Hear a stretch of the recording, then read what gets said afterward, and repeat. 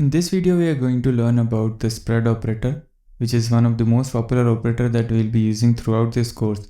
It is regularly used in React.js and Next.js in order to spread our arrays as well as objects in order to update them with new data. So let's start by writing our first example. For example, if I create an array over here, let's say let a is equals to 1, 2, 3. It has 3 elements, that is 1, 2 and 3 respectively. And if I have to create another array, let me call it b, and if I assign it a like this and log this off, and if I run this now, you can see that the two arrays are identical. But what happens if I manipulate the array a? If I get back to my code and if I select a and splice,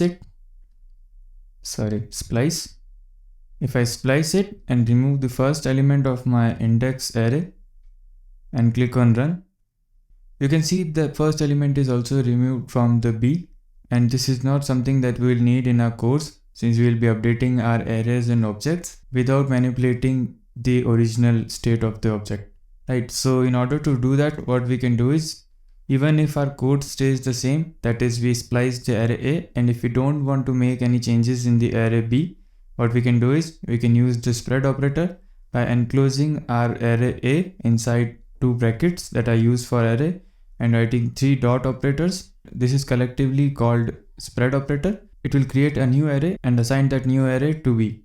So now if we run this code, you can notice that the first element has been removed from A but has not been removed from B. So this is how we use spread operators for array. So let's see how we can use the same operator for our objects. So in order to use spread operator with objects, let's first create an object. Let's call it A and we'll assign it a value. First would be X and we'll give it value 1. Second one would be Y and we'll give it a value second.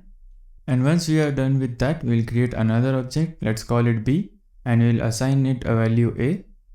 And once again, if we console log and run our code, you can see both the values are same, that is X1, Y second. This is same for A as well as B. Now what happens if we make some changes to A? Will it reflect back to B or not? Now if I get back to my code and if I select A and delete the property X from A by selecting the key X from A, and now if I run my code, you can notice the X1 over here for A and B as well. And if I run my code, you can see the X property has been deleted from both the objects. To avoid that and prevent B from reflecting the changes in the A, what we can do is when we are assigning the property A to our object B, we can encapsulate that in an object and we'll use the same spread operator that we have used for arrays. And now if we run our code, you can notice that the property X has been deleted from A, but it has not been deleted from B.